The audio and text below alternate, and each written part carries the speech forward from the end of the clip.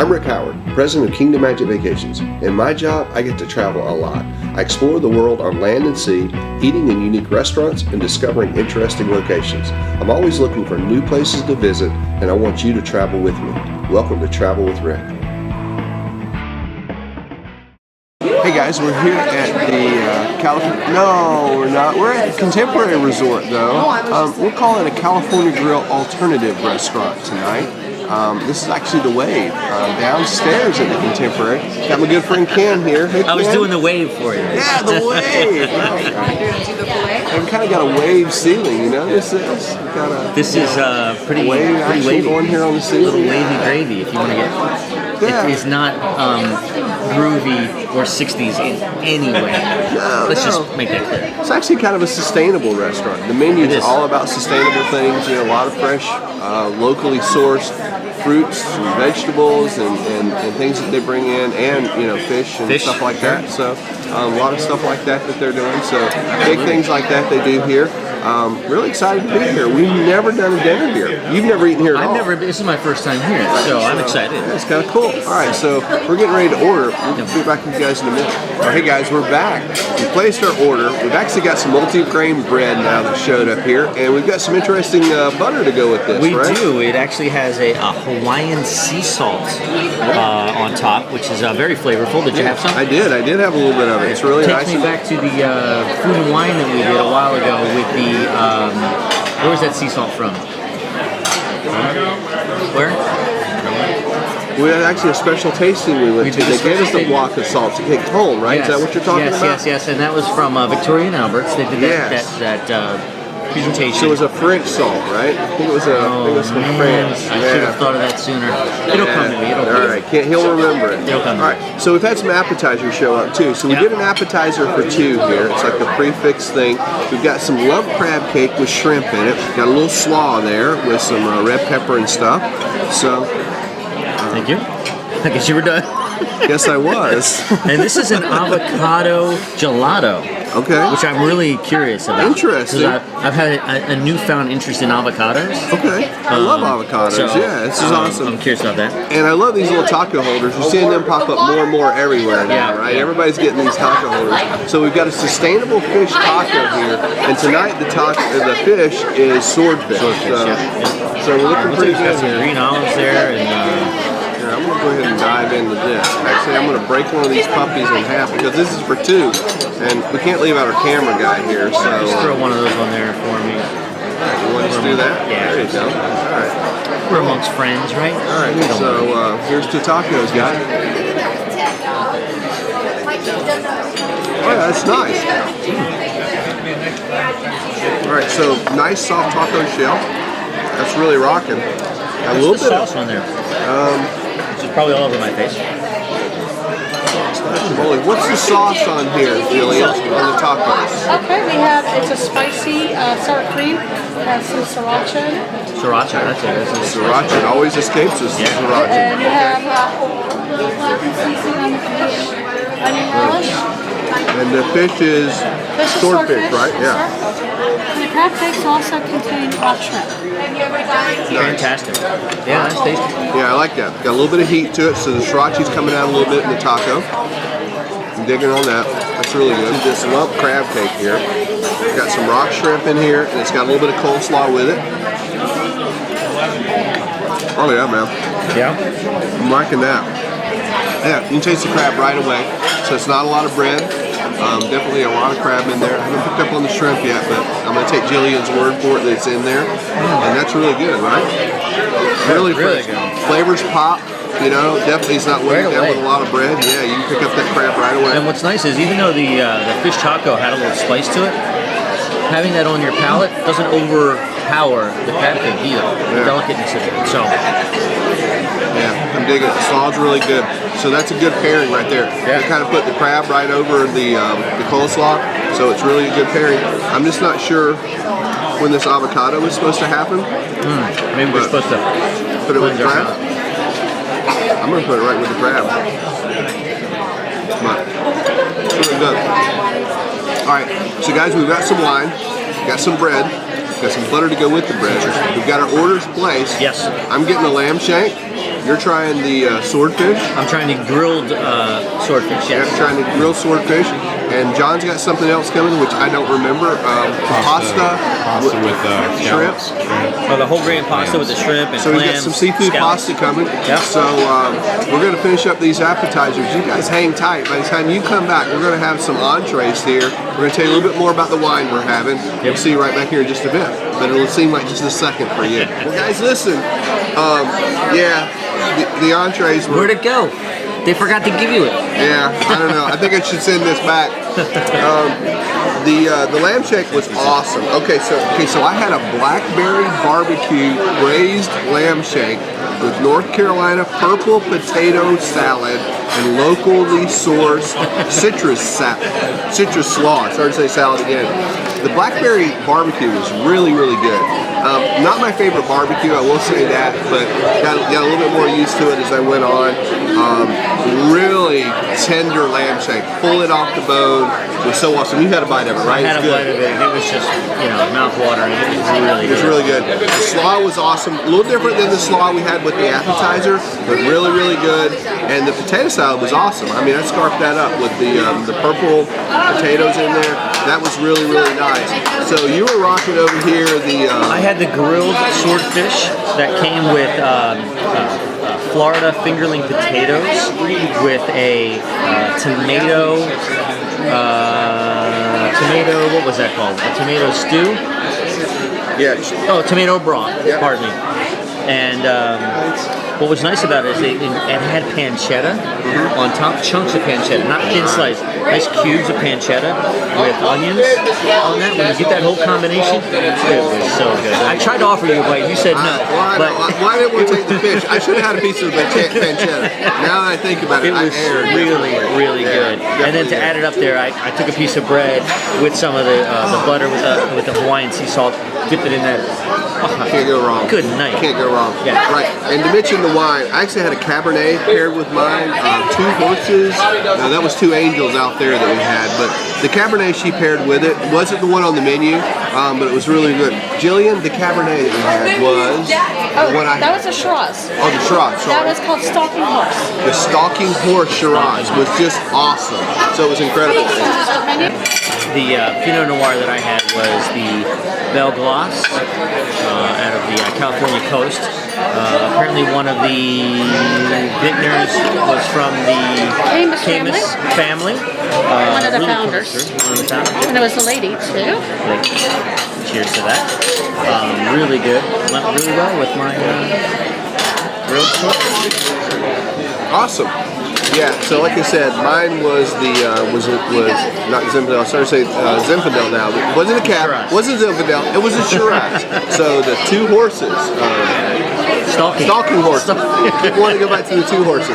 All right, so we're not going to have any more wine tonight. That's enough. But listen, went really good with the lamb for sure. So definitely a good pairing there. So we're going to flip this around. We're going to let John on the other side of the camera tell you what he something had. completely different. Yeah, he did. I had the whole grain penny pasta, and it had Florida rock shrimp and mussels and clams. It was incredible, and I actually asked if they could be a little less spicy, because I don't really do spicy food, but it comes normally with a little bit more like warm pepper on there, and I asked them to take that off. It was a great pasta dish, and the seafood wasn't very large. It was very small, very flavorful. There was a lot of it. It was a great dish. The best part about it, once you got through with the main pasta, was grabbing some of the bread and using that to dip into the sauce. That was amazing. And I actually had the same wine as Ken, and it was Shiraz. Pinot Noir. Pinot Noir, yes. I'm on a Pinot Noir kick. And it was, and still is, I think I have the most left out of all this. I was savoring this for dessert. It is exceptional, and again, this is like the 3rd or 4th time I've eaten at the Wave. It's incredible. You definitely need to make this something that you do. They do a large amount of sustainable food. It's incredible the way the chefs come up with different ideas, and this is one of the restaurants that if you're a Tables in Wonderland card holder, they do special Tables in Wonderland dinners. And it's a little extra. It's incredible food. Some friends of ours did that recently, and the chefs here at the Wave are phenomenal. So definitely want to come try that out. So one thing we would definitely say, John, speak a little bit about the atmosphere here. Tonight there are a lot of kids here, so we got some screaming kids. We're going to tell you that. It's not California Grill atmosphere, okay? So it is, food here is amazing. Service is fantastic. One of my drawbacks with this restaurant, just to be completely honest and transparent here, is the way that it's just kind of a big open room. You know, I mean, there are some booths on the side. There is a room back there where I have been to some of those Tables in Wonderland dinners that John is mentioning. So you're typically back in a kind of a private room during those, a little bit nicer. But out here, all right, I'm just going to tell you, it's loud. So you guys are probably hearing it. It is loud. You're going to kind of, if you're like me, I mean, my kids are getting older, so I'm one of those old fuddy-duddies when I have a nice dinner with some good wine and I hear some kids screaming, I kind of go, yeah, just a little bit. Yeah. So, you know, there's some of that going on. So it's not, it's just not Disney fine dining. I mean, the food's there, the service is there. Unfortunately, if you're looking for that kind of atmosphere, just want you to know that, all right? Yeah, just know that going in. The more you know, the more educated you are to make that decision. For it, this is the right spot for you. Right. So you're gonna have a great meal. You're gonna have great service, but you know you're gonna. It's definitely the stroller and high chair crowd here too. So just know that. Right. Yeah, absolutely.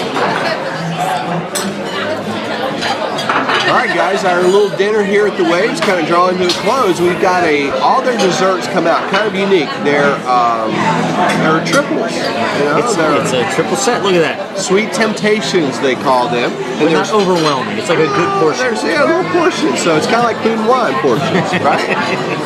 And so we're having, there are 4 different ones. We're having the creamy indulgence. There are 1, 2, 3, 4. Oh, 4 There's different. 3 of these. Oh, 3 of these. Okay. There's 4 different varieties. This one's called the creamy indulgence. There's also an American flavors. Ken, what are those next 2 there? Well, we got the our spring gelato trio, as well as the no sugar added desserts. Right. So what we're having here, this first one is a butterscotch creme brulee. I guess that's going to be right here. So I'm going to dig right in here. Yeah. If you're digging, I'm going to dig in there too. There you go. That's butterscotch. That's right. For sure. The espresso macaroon. All right. And then this next thing is a New York cheesecake with seasonal Florida berry compote. That's going to be this guy right here. I would imagine that's going to be right here. That looks like that. And that looks like a raspberry you got there. Oh yeah, man. I like that. That's a good cheesecake. Cheesecake. Little lemon in there. I like that. Yeah, for sure. Now, I'm definitely liking that better than creme brulee. It's not my favorite creme brulee. All right, now so we've got an olive oil infused chocolate truffle mousse with a salted caramel sauce. Is that on the bottom? It looks like it's on the bottom there. Let's see. Oh yeah, man.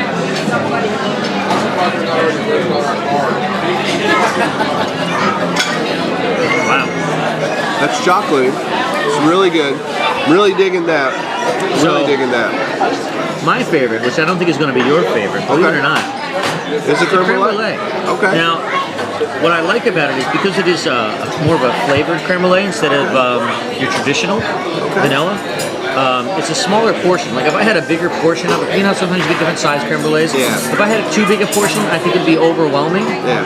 But having a bite with one of these, yeah, sometimes I think it works. Yeah, I like a smaller creme brulee. I'll agree with you there. This one's real small, but this is really good. It's something you don't get every day. Yeah, it's different. Yeah. But yeah, I'm definitely going to have to go with this cheesecake here for sure. That's my favorite. All right. I'm liking that. Here we go. And the second there, and I'm gonna have to put that last. But that's not last because it's bad. It's good. Yes. But that's how I'm ranking them. All right. Well, guys, we're gonna wrap it up. I did not prepare you. You know what I didn't prepare you for? Question of the week. Question of the week. So do we need a pause? No, let's just roll with it. I'll just come up with something off the fly. So there's a lot of color in Disney. There is a lot of Would you color. say that? It's a world of color. It is a world of color. What is your favorite color to see at Disney? Wow. And we're probably looking a little red tonight, unless John fixed the video. I noticed when we were looking at the dailies on it, the playback, it's kind of a little red, So it's not necessarily your favorite color, right? Because you may have a character that's a certain color, right? Again, Disney-related color. Or it just might be Travel with Rick Blue could be your color, Rhino red. Rhino red. You just never know. But yeah, you're right. Though. Disney is definitely a colorful place. Yeah. It's a world of color. Yes, it is. And if you haven't seen that show, definitely do a search because we've got a great world of color video for you. And that's a great question of the week, though. That's an interesting question of the week. So, guys, leave us a comment below. Let us know what your favorite color is. Your favorite Disney color. Favorite Disney color. Again, may not be your favorite color. Yeah. Favorite Disney color. Yeah, your favorite Disney color. Leave us a comment below. And keep watching us here on Travel with Rick. We're going to bring you more great restaurants like this, more great attractions, more great rides. You never know what we're going to bring, right, Ken? Never know. You just got to stay tuned. And you know what I'm getting excited about? What? It's a little ways away, but I'm still getting excited about Food and Wine Festival. We were just saying, this is going to be our 5th year. It will be Can our you believe 5th. that? I can't. When I did the math the other day, I was like, wait a minute, that can't be right. I kept adding it up. I'm going, all right, it's number 5. 2009, we started doing Food and Wine episodes on Travel with Rick and this is going to be the 18th annual. Could it be? Yeah, I think last year was the 17th. All right, we're going to have to wait and see. But it's definitely coming up on a few years. Disney's been doing it, and we've been doing it, bringing it to you for 5. So we're really excited about that. Already getting. Yeah, we're definitely going to do something special. Start looking for our countdown calendar. We're going to start counting down the weeks. As we get closer, we're going to count down the days all the way up to September 27th. We've got an opening day. We're going to have great bands. We're going to have great food. We're going to have great guests like this guy. And we're going to have great friends watching at home like you. And there's going to be some stuff. There's going to be opportunities for you guys to visit with us. How would you like to go around Food and Wine Festival with this guy and more importantly, that guy? Ken and I walking around with a glass of wine, doing a sip and stroll or, a slip and slide or whatever it might end up being. Tumble, tuck and roll. Just never drop your glass of wine. Very important. Whatever it is. Respect. At all costs, yeah. We do not have alcohol abuse on Travel with Rick, no, ever. Sir. No, so sir. Really, really important. Yeah. But listen, we're going to have some special packages that we're talking about. Not a lot, but some special events, some really limited events. So if you're thinking about coming to Food and Wine this year and visiting with us, think about it and let us know. And we're definitely going to put something together. We're actually going to put together a couple of unique events for Travel with Rick for Food and Wine this year. So for sure, we're already starting to think about it. Dinners like this with guys like this definitely got me thinking and looking forward to September and October and even into November. Looking forward to seeing Sister Hazel. If you think we have fun, think about how much fun you're going to have with us. That's right. Yeah, that's right. Me plus him plus you plus Food and Wine equals capital F-U-N, right? It's going to be legend. Wait for it. Wait for it. Dairy. It's going to be awesome, guys. So as we get more details ironed out, we'll definitely let you know. But we're definitely looking together to... Neil Patrick Harris is a big fan of the Disney organization. Oh, absolutely, absolutely. Didn't was he do really one of the readings for the holiday? He readings? did, Yeah. and he was actually MC for the Fantasy Inaugural event, and you can actually find that on Travel with Rick as well. He actually MC'd the whole show the night we went up to New York for the Disney Fantasy, the ship inaugural, or not inaugural, but the christening. For the night that we went to New York for that, and he was hilarious. Yeah, yeah, just a great guy. I didn't mean to interrupt. Go ahead. Proceed. Absolutely. So, but we're definitely putting together some. We're in the initial planning stages for that. So, if you would like to be part of that, definitely drop me an email, leave us a comment, and we'll start to. We'll take these names, take all of these names, and we'll definitely make sure that you're on the list to get any information as soon as it comes available. We'll put together together a special package with some Disney resort, and we'll put together one of them keychain Bobby things so you can enjoy us at Food and Wine, and you know, who knows, we'll put together a dinner. I think we can take them all to dinner, right? I think we can figure something. 5,000 friends, a little dinner, you know, a couple of glasses of wine, a couple of bottles of wine.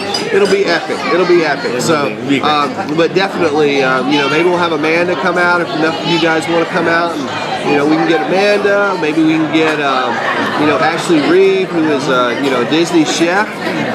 Who knows? We can get a lot of things going on. But we're definitely starting to think about Food and Wine. Dinners like this make me put me in the place to remember that. And I know you love it. It's your favorite time of year, right? It is. Most wonderful time of year. All right. Well, listen, guys, we've taken up enough of your time on this show. It was a great dinner tonight. Check out the Wave.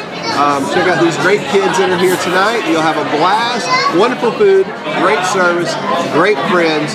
Thank you guys for coming. We'll see you right back here next week on another episode real soon. So long, everybody. Cheers. Cheers. At Kingdom Magic Vacations, we believe that life should be measured out in memories. For over 17 years, Kingdom Magic Vacations has specialized in making vacation dreams come true for families visiting Disneyland, Walt Disney World, Disney Cruise Line, and Adventures by Disney. Kingdom Magic Vacations has been honored as an authorized Disney vacation planner, and that means we are recognized by Disney as a leader in planning magical vacations to Disney destinations. Our knowledge and experience allows our travel professionals to custom tailor your Disney vacation and make them truly magical. We know that each moment you spend on vacation creates a memory that lasts a lifetime. You can start planning your magical Disney vacation by visiting kingdommagic.com today. Wow, that was a great meal at the Wave. Always fun hanging out with John. Of course, always a pleasure hanging out with Rhino Ken. Looking so forward to seeing him for Food and Wine. You know, it's getting close, guys. 70 days. Can you believe it? 70 days till Food and Wine Festival. That's just a little over 2 months. We're getting really excited. We're going to see Rhino Ken again on July 29th. More about that later, though. You guys had some great comments on last week's show. Disney Dreams, the castle show at Disneyland Paris. Wow, it was phenomenal. And you guys had some really great comments about that show. Didn't you just love it? Wow, I'm going to go back and watch it again. I enjoyed it so much, and I was there for it. It was just incredible. Sarah says, I love watching the show. I don't know how they do it, but I don't care. I agree with you. It's phenomenal.